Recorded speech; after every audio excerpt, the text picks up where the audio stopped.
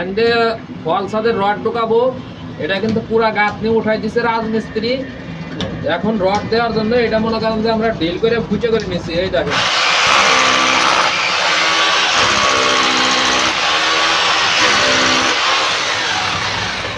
এটা ফুটা করে নিচ্ছি যাতে এই কোনো সমস্যা না হয়, পরে না যায়। এখন এই যে এই পাশে ফুটা করা বাকি আছে, এইখানে এখন ফোটা করবো, আরো ফোটা করা এই লাইন বাকি আছে।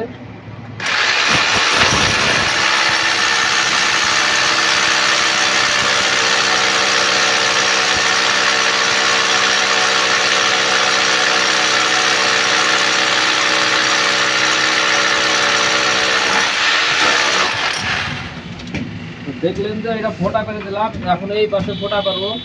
আর এই দেখেন রাজমিস্ত্রিরা গাঁথনি করছে কি কত নিচে করে, ওয়াটার লেভেল করে কিন্তু গাঁথনি করে নাই, আমরা এটা লেভেল করেই করছি। এখন আমাদের শাটারিং উঁচু হয়েছে আর রাজমিস্ত্রির গাঁথনি নিচে হয়ে গেছে।